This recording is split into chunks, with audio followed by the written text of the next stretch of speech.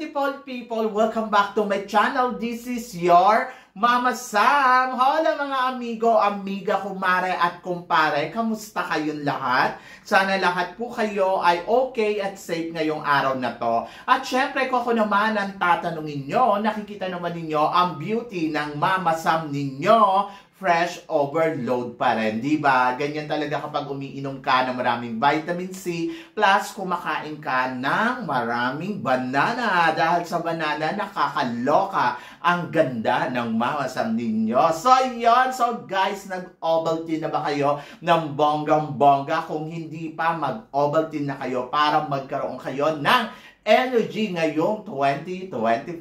Charot! So, yun. So, maraming salamat, syempre, una sa lahat sa walang sawang sumusuporta dito sa Mama Sam Vlogs ng bonggang-bongga. Araw-araw, lagi-lagi. Maraming salamat. Syempre, wala tayong pa-hair ngayon. I-just shampoo ko muna siya ng bonggang-bongga kasi talagang medyo parang ang tigas niya. Charot! So, yun. So, shampoo ko siya mamaya. At ito, syempre, kahapon, ayun, rumampa kami ng bonggang-bongga sa Bangkok, kung saan talaga nag-aliw-aliw kami doon. Ay, ang saya lang ng feeling. Ayan. Tapos, ang ganda lang ng pakiramdam kasi nakatulog ako ng bahaba-haba kagabi. At ang beauty natin ngayon ay fresh overload. Walang makeup yan, guys. Charot!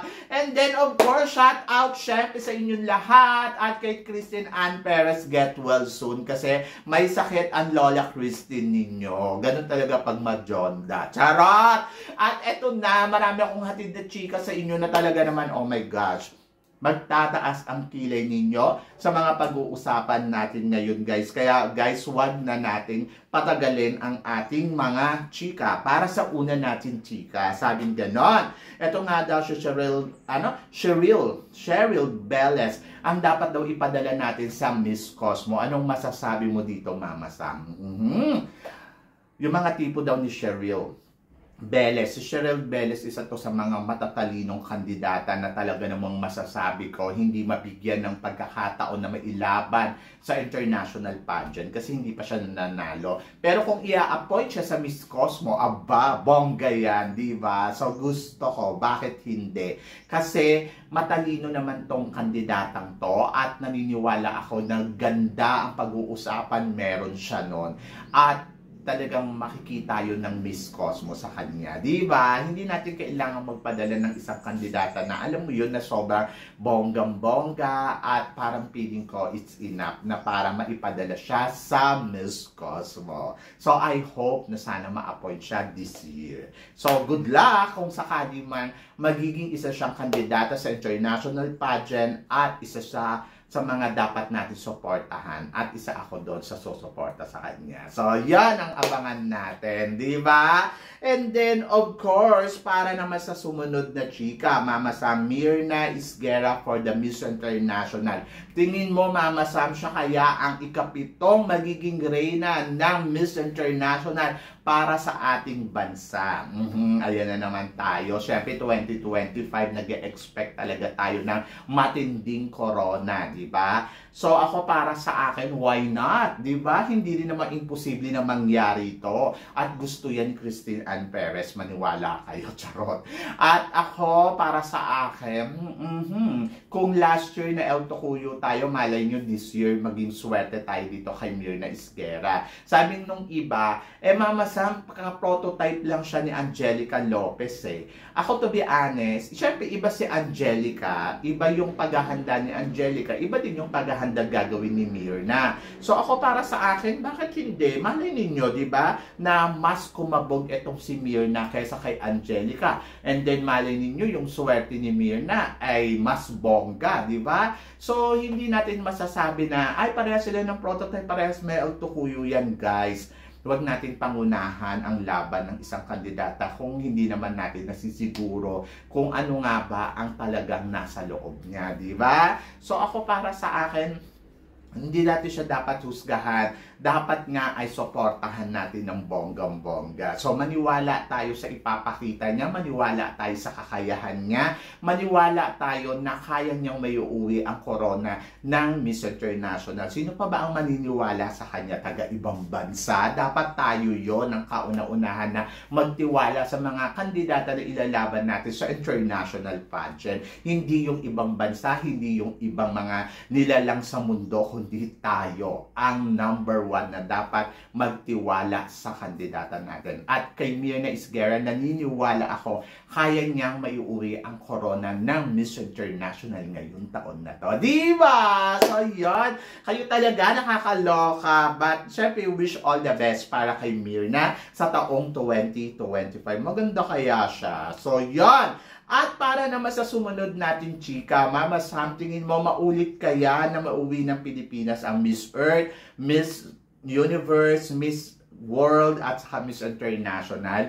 Ay nako guys, kaya yan mangyari uli. Sa totoo lang, ako naniniwala ako na ang mga kandidata natin ay talagang mga palaban. So, hindi imposible, dumating ang panahon na mauwi uli natin yan. Alam nyo guys, kasi ngayon, this time, nung napatunayan na natin yan, ayan, yun nauwi na natin yung corona na Miss Universe na 2 beses, sa isang dekada, tapos Miss World, nanalo tayo, tapos sa Miss International, naka-6 na corona na tayo, naka-4 sa Miss Universe, sa Miss Earth, naka-4 na rin, di ba? So, parang yung ibang mga organization, ayun na sila talaga yung kalaban natin dito. Katulad ng halimbawa sa Miss Grand, di ba? Parang, syempre, bago nila ipanalo siguro ang Philippines, siguro kailangan manalo muna si Thailand, di ba? Pero sa Miss Grand, naniniwala ako na kayang ipanalo ni Mr. Nawat ang Pilipinas bago ang Miss Thailand. Kasi iba yung pananalig niya talaga sa Pilipinas at naniniwala siya. So ako parang feeling ko papunta na tayo doon sa talagang makukuha na natin yung corona. Magkaroon lang tayo ng perfect na candidates talaga na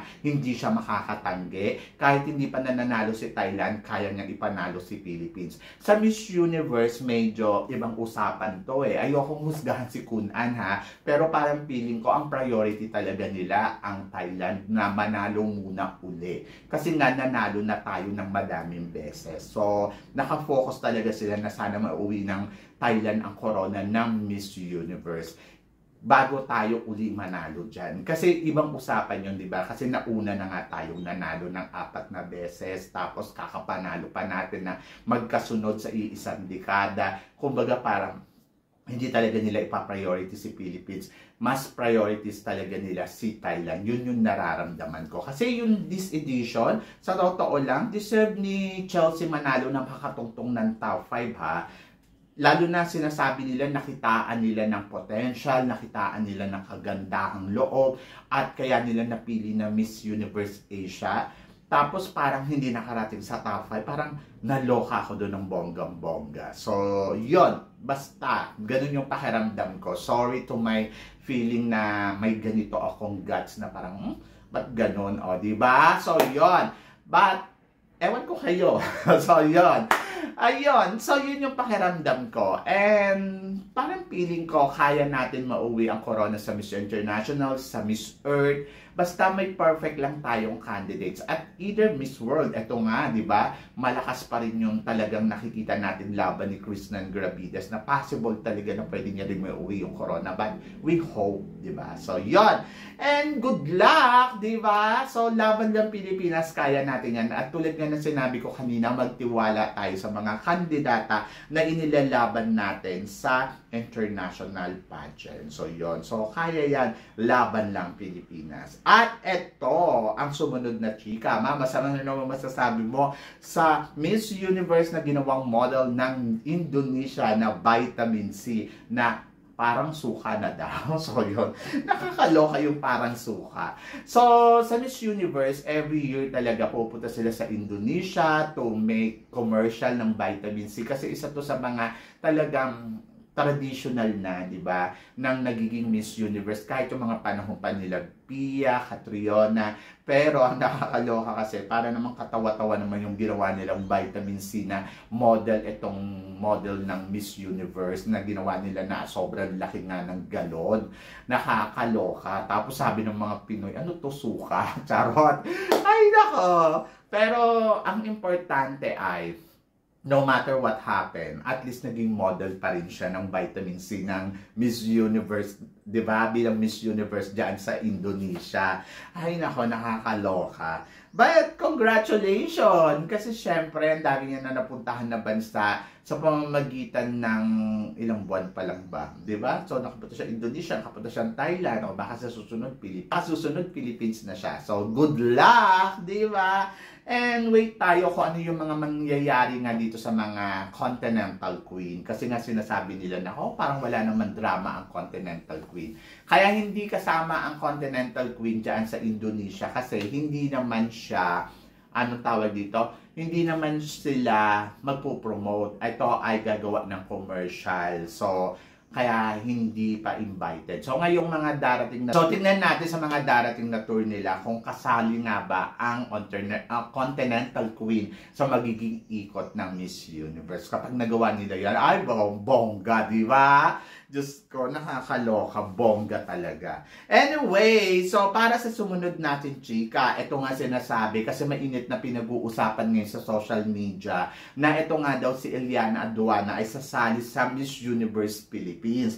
Marami naman ang uma-agree, marami din na nagdi-disagree. Sila sabi nila, much better daw pumunta na lang daw sa Miss Grand, mas potential pa daw ni Eliana na manalo ng corona sa Miss Grand.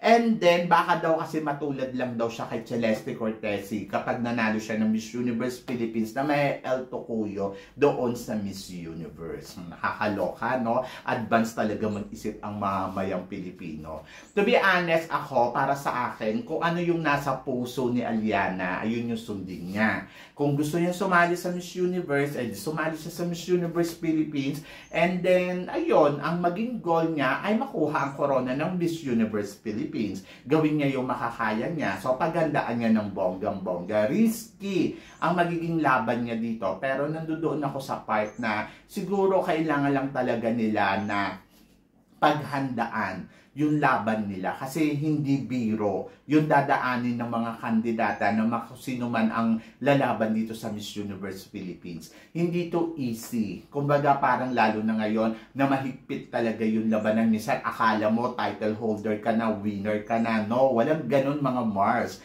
Talagang risky talaga. So mag-step down ka talaga doon sa titulo na meron ka and then back to zero, scratch talaga, lahat zero talaga, and then ayun, ipapakita mo yung galing mo. But hindi ko rin masasabi na kapag siya ang naging Miss Universe Philippines ay baka manalo lang, matulad lang siya kay Celeste Cortesi. Siyempre, hindi yun ganon, di ba? Walang ganon. So, depende yan sa paghahanda na gagawin niya, depende sa makakalaban niya, depende sa sitwasyon. So, hindi ko nakikita na magiging kapalaran ni Celeste Cortesi sa Miss Universe, sa magiging kapalaran din ni Eliana Aduana kung sakali siya ang ipapadala natin sa Miss Universe ngayong 2025. So, walang ganon. Naniniwala ako na gagawa ng sariling pangalan, sariling ingay at sariling eksena ang ating magiging pambato ngayon doon sa Miss Universe. At kung si Eliana Aduana naman to, syempre susuportahan natin yan ng bonggang-bongga hanggang sa makita natin kung ano nga ba ang mararating niya. So, yan! Ganon! Nakakaloka kayo. Anyway, good luck and then wish all the best para kay Eliana Aduana sa kanyang laban dito sa Miss Universe. So, yan! Kung sakali masasali siya sa Miss Universe Philippines. Pero yung iba nga sinasabi, Miss Grand na lang daw. Ay nako, abangan na lang natin kung ano yung magiging desisyon niya. Anyway, para sa sumunod natin, chika, Mama Sam, mga beauty queen na nanalo sa Indonesia from the Philippines. Ito nga ay si Megan Yang para Miss World 2013 na si Megan Yang, and then sa Miss Global naman noong 2022 nanalo naman tayo yung Shane Tormes. So yon, para naman sa Miss Global. Yon. So, kung tingin ko daw ba, kung gagawin daw ba ang Miss World sa Indonesia this year, naniniwala daw ba ako na si Krishnan Gravides ay mananalo dito? Alam nyo guys, nagkataon na may swerte sila sa Indonesia. Etong si Megan at saka si Shane Tormes, di ba? So, sinuwerte sila dyan sa Indonesia. So, hindi naman natin pwede sabihin, nako sa Indonesia gagawin ang pageant, mananalo dyan ang Pilipinas.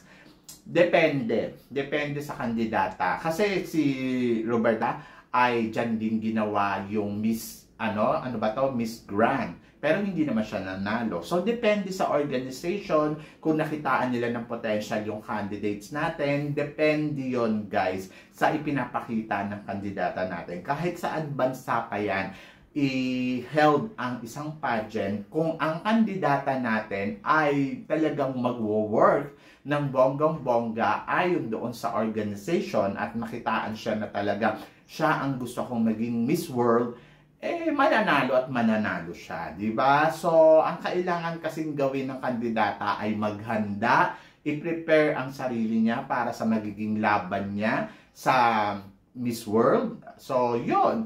And kahit saan gawin yan, kung talagang handa talaga yung kandidata natin at yung hinahanap na organization ay makita sa kanya, siya ang mananalo ng Miss World 2025. Diba? So, dapat mag-focus lang si Krishnan doon sa kung ano yung dapat niyang ihanda para sa laban niya. At sana, magustuhan siya ng organization ng bongga-bongga. So, yun guys. Kayo guys, ano guys ang masasabi ninyo dito sa mga pinag-uusapan natin ngayon? I-comment below mo yan para at least malaman ko naman kung ano naman ang chika mo dito sa mga tinatalakay natin ngayon. So, syempre, maraming salamat sa inyong lahat sa suporta at pagmamahal na binibigay ninyo. Syempre, dito sa channel ko. At sa mga hindi pa nakaka-subscribe, please don't forget to click like and subscribe my channel. At i-click nyo na rin po ang notification bell para more updated kayo sa aking mga chika. Sabi nga ganon, always keep smiling and always think positive. Walang imposible guys.